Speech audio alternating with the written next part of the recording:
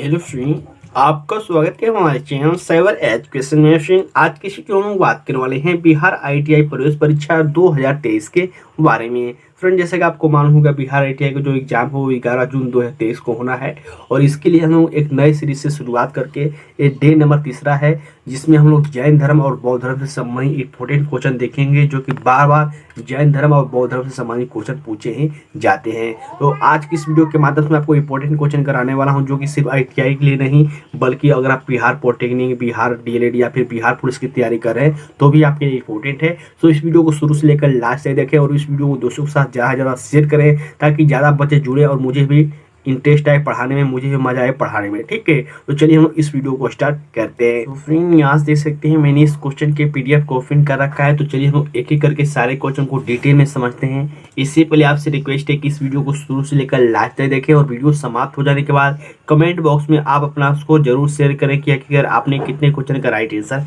दिया हुआ। ठीक है, साथ ही मेरे पास बहुत सारे ऐसे क्वेश्चन को मैं देखने को मिल रहे हैं कि सर आखिरकार जो आप टेलीग्राम ग्रुप का लिंक दे रहे हैं उसको हम ज्वाइन नहीं कर पा रहे हैं। तो देखिए, अगर आप ज्वाइन नहीं कर पा रहे हैं तो देखिए, आज के इस वीडियो के माध्यम से मैं आपको जो लिंक प्रोवाइड करूंगा उस माध्यम से आसानी से आप इस लिंक के माध्यम से आप टेलीग्राम ग्रुप को ज्वाइन कर सकते हैं, जिसका लिंक आपको कमेंट बॉक्स में देखने को मिल जाएगा वीडियो समाप्त हो जाने के बाद। ठीक है, चलिए हम लोग पहला क्वेश्चन देखते हैं, जो कि मेंशन किया गया है, जैन धर्म का सबसे महत्वपूर्ण आधारभूत सिद्धांत क्या माना जाता है, ये आपको बताना है। ठीक है, तो देखिए, जैन धर्म के बारे में थोड़ा सा मैं आपको सबसे पहले इंफॉर्मेशन दे देता हूँ। ठीक है, जैन धर्म के जो संस्थापक है वो कौन है, तो वो है ऋषभ देव, जिसे हम लोग आदिनाथ के नाम से भी जानते हैं। ठीक है, जैन धर्म के जो 24वें तीर्थकर थे वो महावीर स्वामी थे, जो कि सबसे जो ज़्यादा क्वेश्चन पूछा जाता है यही पूछा जाता है कि जैन धर्म के 24वें तीर्थकर कौन थे, तो वो थे आपको महावीर स्वामी। ठीक है, और महावीर स्वामी का जन्म कब हुआ था, तो 540 ईसा पूर्व में हुआ था महावीर स्वामी का जन्म, जो कि वैशाली के कुंडी ग्राम में हुआ था। ठीक है, साथ ही इनके पिता का नाम सिद्धार्थ था, इनकी माता का नाम त्रिशला था और इनकी जो पति थी उनका नाम यशोदा था। ठीक है, यहाँ से बार बार क्वेश्चन रिपीट होते हैं और मैंने आपको पहले ही बोला था कि आप घर पर अच्छे से पढ़कर आइए। मुझे लगता है कि आप अच्छे से पढ़कर आए होंगे, फिर भी मैं आपको कुछ इंपॉर्टेंट जानकारी मेंशन कर देता हूँ। ठीक है, वही रही बात इस क्वेश्चन की, जो कि मेंशन किया गया है, जैन धर्म का सबसे महत्वपूर्ण आधारभूत सिद्धांत क्या है, तो वह है अहिंसा। ठीक है, जो कि यहाँ से बी ऑप्शन में दिया गया है, इसलिए जो इसका राइट आंसर हो जाएगा ये हो जाएगा अहिंसा, जो कि यहाँ पे दिया गया है। ठीक है, देखिए, जैन धर्म के मूलतः 5 सिद्धांत है, जिसमें से आपको अहिंसा, सत्य और ब्रह्मचर्य, अपरिग्रह और औचर्य है। ठीक है, तो यहाँ से इसका जो राइट आंसर हो जाएगा वो हो जाएगा अहिंसा। नेक्स्ट यहाँ पे देखिए मेंशन किया गया है, तीर्थकर शब्द किस धर्म से संबंधित है, ये आपको बताना है। ऑप्शन देख सकते हैं, बौद्ध, ईसाई, जैन या फिर हिंदू। ठीक है, तो आप सभी कैंडिडेट जानते हैं कि जो जैन धर्म है इसमें ऐसे माना जाता है कि पहले तीर्थकर ये थे ऋषभ देव, 24वें तीर्थकर महावीर स्वामी थे। तो यही पूछा गया है कि तीर्थकर जो शब्द है किस धर्म से संबंधित है, इसका जो राइट आंसर हो जाएगा ये हो जाएगा जैन धर्म, जो कि यहाँ से सी ऑप्शन में दिया गया है। ठीक है, तो चलिए हम लोग अगले क्वेश्चन की ओर बढ़ते हैं। नेक्स्ट यहाँ पे देखिए मेंशन किया गया है, जैन धर्म का वास्तविक संस्थापक किसे माना जाता है, ये आपको बताना है। ठीक है, तो देखिए, जैन धर्म का जो वास्तविक संस्थापक माना जाता है वो ऋषभ देव को माना जाता है, और मैंने आपको बताया था कि इनका दूसरा नाम आदिनाथ भी है, तो बिल्कुल आप इनका नाम ये भी याद रखिएगा, आदिनाथ। ठीक है, साथ ही आपको ये भी बात याद होना चाहिए कि जो जैन धर्म की जो संगतियाँ हुई थी वो प्रथम कहाँ हुई थी, तो प्रथम संगति आपको पाटलिपुत्र में हुई थी और सेकेंड हुई थी बल्लवी, गुजरात में। ठीक है, क्योंकि यहाँ से भी डायरेक्ट क्वेश्चन पूछे जाते हैं। नेक्स्ट यहाँ में देखिए मेंशन किया गया है, कौन सा स्थान गौतम बुद्ध से संबंधित नहीं है, ये आपको बताना है। ठीक है, ऑप्शन देख सकते हैं, सारनाथ, बोध गया, पावापुरी या फिर कुशीनगर। इसका जो राइट आंसर हो जाएगा वो हो जाएगा पावापुरी।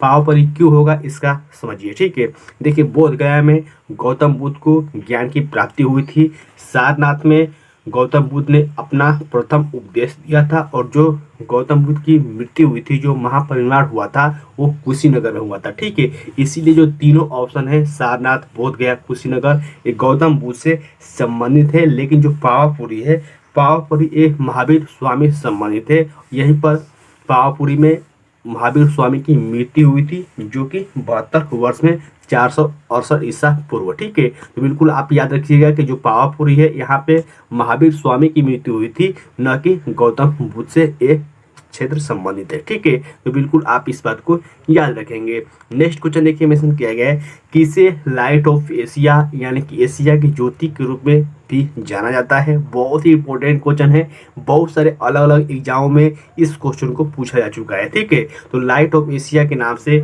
महात्मा बुद्ध को हम लोग जानते हैं, जो कि यहाँ से बी ऑप्शन बिल्कुल राइट आंसर हो जाएंगे। ठीक है, अब देखिए महात्मा बुद्ध के बारे में आपको थोड़ा सा इन्फॉर्मेशन दे दूँ। सबसे पहले तो आपको इनका जन्म याद होना चाहिए कि 563 ईसा पूर्व इनका जन्म हुआ था। कहाँ हुआ था? तो ये आपको लुम्बिनी हुआ था, जो कि कपिलवस्तु वर्तमान में नेपाल में है। इनके पिता का नाम सुसूदन था, इनकी माता का नाम महामाया देवी था, और इनके बचपन का नाम जो था वो सिद्धार्था महात्मा बुद्ध का। ठीक है, इनके पुत्र भी थे जिनका नाम राहुल था। तो ऐसे जो इंपॉर्टेंट क्वेश्चन है बार बार रिपीट होते रहते हैं, तो बिल्कुल आप इस बात को याद रखिएगा। और इनकी जो मृत्यु हुई थी महात्मा बुद्ध की, ये 483 ईसा पूर्व में हुई थी। ठीक है, जो कि कहाँ पर हुई थी? तो कुशीनगर में हुई थी, 80 वर्ष के उम्र में। तो आपको जो इंपॉर्टेंट फैक्ट बन सकते हैं मैं आपको वो भी जानकारी दे रहा हूँ, क्योंकि यहाँ से भी डायरेक्ट क्वेश्चन पूछ लिए जाते हैं। ठीक है, नेक्स्ट क्वेश्चन यहाँ पे देखिए मेंशन किया गया है, बौद्ध के विश्वासों के अनुसार गौतम बुद्ध का अगला अवतार किसे माना जाता है, ये आपको बताना है। ये क्वेश्चन थोड़ा सा आपको टफ लग सकता है, क्योंकि लूसेंट वगैरह में क्वेश्चन देखने को नहीं मिलेगा।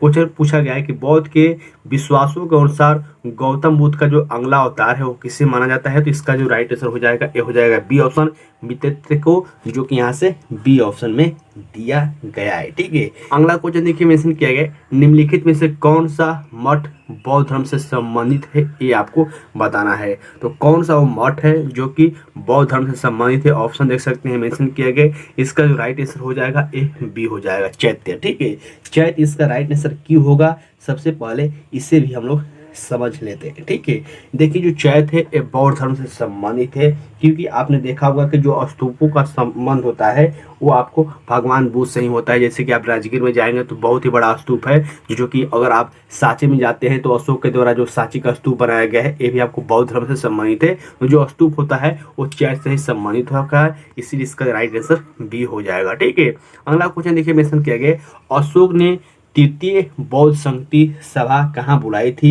ये आपको बताना है। ठीक है, तो देखिए जो तृतीय बौद्ध संगति हुई थी ये कहाँ हुई थी, तो ये आपको पाटलिपुत्र में हुई थी। ठीक है, इससे पहले आपको ये भी बात याद होना चाहिए कि प्रथम कहाँ हुई थी, द्वितीय कहाँ हुई थी, तृतीय कहाँ हुई थी और चतुर्थ कहाँ हुई थी। यानी कि टोटल जो बौद्ध संगति हुई थी वो 4 हुई थी। ठीक है, सबसे पहले मैं आपको एक एक करके बताता हूँ। पहला जो हुआ था वो राजगीर में हुआ था, दूसरा वैशाली में, तीसरा पाटलिपुत्र में, और चौथा जो हुआ था कुंडवन कश्मीर में हुआ था। ठीक है, तो इन चारों बौद्ध संगीतों को आपको याद होना चाहिए। कभी कभी अध्यक्ष भी पूछ लिया जाता है, कभी कभी शासक भी पूछ लिया जाता है। तो आप लूसेंट के माध्यम से या फिर किसी बुक के माध्यम से अच्छी से इसको जरूर पढ़ लीजिएगा, क्योंकि यहाँ से डायरेक्ट क्वेश्चन बनते हैं। ठीक है, अगला क्वेश्चन यहाँ पे देखिए मेंशन किया गया, सिकंदर महान का शिक्षक कौन था, ये आपको बताना है। ठीक है, तो जो सिकंदर महान था इसके जो शिक्षक थे वो कौन थे, ये आपको बताना है। ये भी क्वेश्चन इंपॉर्टेंट हो जाता है, क्योंकि यहाँ से भी बार बार क्वेश्चन रिपीट होते हैं। इसका जो राइट आंसर हो जाएगा ये हो जाएगा अरस्तु, जो कि यहाँ से डी ऑप्शन में दिया गया है। ठीक है, जो सिकंदर महान था इसके शिक्षक जो थे वो आपको अरस्तु थे। तो चलिए हम लोग अगले क्वेश्चन की ओर बढ़ते हैं। नेक्स्ट यहाँ देखिए मेंशन किया गया, प्रारंभिक बौद्ध धर्म ग्रंथों की रचना किसमें की गई थी, ये आपको बताना है। तो देखिए ये भी जो क्वेश्चन है बहुत ही कॉमन है, बार बार क्वेश्चन रिपीट होता है, किसी न किसी एग्जाम में बहुत सारे पूछा गया है, और एक क्वेश्चन बहुत ही इजी भी है। ठीक है, देखिए जो बौद्ध धर्म की शुरुआत हुई थी, जो प्रारंभिक बौद्ध धर्म की, वो पाली भाषा में आपको ज्ञान दी गई थी, या फिर जो भी आपको ग्रंथ लिखा गया था, जो भी आपको बातें लिखी गई थी वो आपको पाली भाषा में ही लिखी गई थी। ठीक है, इसीलिए जो इसका राइट आंसर हो जाएगा वो बी ऑप्शन हो जाएगा। नेक्स्ट यहाँ देखिए मेंशन किया गया, बौद्ध ने अपना प्रथम धर्म संदेश कहाँ पर दिया था, ये आपको बताना है। तो मैंने आपको पहले ही बताया कि देखिए जो आपको बौद्ध धर्म का जो प्रथम उपदेश दिया गया था गौतम बुद्ध के द्वारा, वो ऋषिपतन में दिया गया था, या फिर अगर ऋषिपतन नहीं देता है ऑप्शन में तो सारनाथ भी याद रख सकते हैं, जो कि उत्तर प्रदेश में स्थित है। यहीं पर प्रथम उपदेश दिया गया था। कभी कभी सारनाथ न देकर ऋषिपतन में दिया जाता है, तो बिल्कुल आप इस बात को भी याद रखिएगा। नेक्स्ट यहाँ में देखिए मेंशन किया गया है बुद्ध धम्म और संघ मिलकर क्या कहलाते हैं, ये आपको बताना है। ऑप्शन दे सकते हैं त्रिरत्न, त्रिवर्ग, त्रिसर या फिर त्रिमूर्ति। ठीक है, तो बुद्ध धम्म और संघ मिलकर जो कहलाते हैं उसे हम लोग त्रिरत्न के नाम से जानते हैं, जो कि आप सभी कैंडिडेट जानते हैं कि जो बौद्ध धर्म में त्रिरत्न की बहुत ही बड़ी मान्यता है, जो कि यहाँ से ए ऑप्शन बिल्कुल राइट आंसर हो जाएंगे इस क्वेश्चन की। ठीक है, चलिए हम लोग अगले क्वेश्चन की ओर बढ़ते हैं। पहला क्वेश्चन देखिए मेंशन किया गया है, पहला क्वेश्चन, नेक्स्ट क्वेश्चन, महावीर का प्रथम शिष्य कौन था, ये आपको बताना है। ठीक है, तो देखिए जो महावीर का प्रथम शिष्य था वो आपको जमाली था, जो कि इनका दामाद भी था। ठीक है, तो बिल्कुल आप इस बात को याद रखिएगा। साथ ही महावीर के बारे में आपको ये बात याद होना चाहिए कि महावीर का जो बचपन का नाम था वो क्या था। इनका बचपन का नाम जो था ये था आपको वर्धमान, जो कि बार बार ये भी रिपीट होता है कि इनके बचपन का क्या नाम था, तो इनका बचपन का नाम वर्धमान था, जो कि ये भी याद रखिएगा। नेक्स्ट यहाँ में देखिए मेंशन किया गया भारत में जैन धर्म का संस्थापक कौन था, ये आपको बताना है। तो देखिए मैंने आपको अभी अभी बताया कि जैन धर्म के जो वास्तविक संस्थापक माने जाते हैं वो ऋषिदेव माने जाते हैं या फिर आदिनाथ माने जाते हैं। लेकिन जब ऐसे क्वेश्चन पूछा जाएगा कि भारत में जैन धर्म के संस्थापक कौन है या फिर 24वें तीर्थंकर कौन है, तो उससे में आपको महावीर स्वामी पर क्लिक कर देना होगा, जो कि यहाँ से बी ऑप्शन बिल्कुल राइट आंसर हो जाएंगे इस क्वेश्चन के। ठीक है, अगला क्वेश्चन देखिए मेंशन किया गया बौद्ध धर्म में सांड बुद्ध की जीवन की किस घटना से संबंधित है, ये आपको बताना है। तो ये भी क्वेश्चन बहुत ही इंपॉर्टेंट है और वो कौन सी घटना किससे संबंधित है, तो ऐसे भी आपको बार बार क्वेश्चन रिपीट होते रहते हैं। तो इसको आप फटाफट कमेंट करके बताइए कि मैं एक दो बात आपको और इम्पोर्टेंट बताता हूँ। जैसे कि यहाँ पर जो प्रतीक पूछा गया है या फिर घटना से संबंधित पूछा गया है, तो आपको सबसे पहले तो याद होना चाहिए कि जो गौतम बुद्ध थे इनके जन्म का प्रतीक क्या था, तो इनके जन्म का प्रतीक था कमल और सांड। ठीक है, कमल और सांड इनके जन्म का प्रतीक था। साथ ही इनका जो गृह त्याग हुआ था, इन्होंने जब घर छोड़ा था, वो आपको घोड़ा का प्रतीक है। जो इनकी निर्वाण हुई थी वो पद चिन्ह है, और जो इनकी ज्ञान की प्राप्ति हुई थी वो पीपल है, जो कि बोधि वृक्ष के अंदर प्राप्त हुई थी। और इनकी जो मृत्यु हुई थी वो आपको स्तूप के नाम से चिन्ह प्रकृत है, जो कि आप सभी कहना जानते हैं कि राजगीर में है। ठीक है, तो यहाँ पे पूछा गया है कि बौद्ध धर्म में 60 बुद्ध जीवन की किस घटना से संबंधित है, तो इसका जो राइट आंसर हो जाएगा वो हो जाएगा जन्म से, क्योंकि जन्म में कमल और सांड का प्रतीक है, जो कि यहाँ से ए ऑप्शन बिल्कुल राइट आंसर हो जाएंगे। ठीक है, नेक्स्ट क्वेश्चन देखिए मेंशन किया गया है निम्नलिखित में से महावीर का परिनिर्वाण स्थल कौन सा था, ये आपको बताना है। तो मैंने आपको अभी अभी बताया था कि देखिए महावीर स्वामी की जो मृत्यु हुई थी वो आपको पावापुरी में हुई थी, जो कि यहाँ से पावा दिया गया ऑप्शन में, यहाँ से ये ऑप्शन बिल्कुल राइट आंसर हो जाएगा। और इनका जो मृत्यु हुआ था वो 468 ईसा पूर्व हुआ था। ठीक है, कितने वर्ष की उम्र में, तो ये आपको 72 वर्ष की उम्र में इनकी मृत्यु हुई थी, जो कि आप सभी कैंडिडेट को याद होना चाहिए। अगला क्वेश्चन देखिए मेंशन किया गया भारत का वह शासक जिसने अपने अंतिम दिनों में जैन धर्म को अपना लिया था, वो कौन शासक है। तो देखिए वो शासक था सम्राट अशोक। ठीक है, सम्राट अशोक पहले जब कलिंग युद्ध हुआ था उन्होंने देखा कि खूने खून हो गया, पूरा बहुत सारे लोग मारे गए थे, तो वहाँ उन्होंने बौद्ध धर्म को अपना लिया था। लेकिन जब ये अंतिम अपने दिन जी रहे थे, अंतिम जो इनका समय था, उस समय इन्होंने जैन धर्म को भी अपना लिया था। इसका जो राइट आंसर हो जाएगा वो डी हो जाएगा। ठीक है, नेक्स्ट यहाँ देखिए मेंशन किए गए बौद्ध के उपदेश किस भाषा में है। तो मैंने आपको अभी अभी बताया था या फिर काफ़ी बार बता रखा है कि जो बौद्ध धर्म का जो मेन उपदेश है या फिर जो मेन ग्रंथ है वो पाली भाषा में है, जो कि यहाँ से सी ऑप्शन बिल्कुल राइट आंसर हो जाएंगे। नेक्स्ट यहाँ देखिए मेंशन किया कि वर्धमान महावीर और किस नाम से विख्यात हैं। तो मैंने आपको बताया था कि जो महावीर स्वामी हैं इनकी बचपन का नाम वर्धमान है, जो कि यहाँ मेंशन भी कर दिया गया। और किस नाम से विख्यात है, तो ये आपको जैन धर्म से संबंधित है, जो कि इन्होंने जैन धर्म का संस्थापक भारत में माना जाता है। इसीलिए जो इसका राइट आंसर हो जाएगा वो हो जाएगा ए ऑप्शन। ठीक है, चलिए हम लोग अगले क्वेश्चन की ओर, डी ऑप्शन हो जाएगा। चलिए हम लोग अगले क्वेश्चन की ओर बढ़ते हैं। नेक्स्ट यहाँ देखिए मेंशन किया गया बौद्ध धर्म निम्न में से किन मतों पर विश्वास नहीं करता है, ये आपको बताना है। तो यहाँ पे देखिए जब आप सब्जेक्टिव वाले लुसेंट या फिर क्राउन या फिर सेटिस्फाइड संग्रह को पढ़िएगा तो आपको इन सारे बातों का आंसर दिया गया है कि यहाँ पे गौतम बुद्ध ने क्या क्या कहा था। दुनिया दुख से भरी हुई है, बिल्कुल इन्होंने कहा था।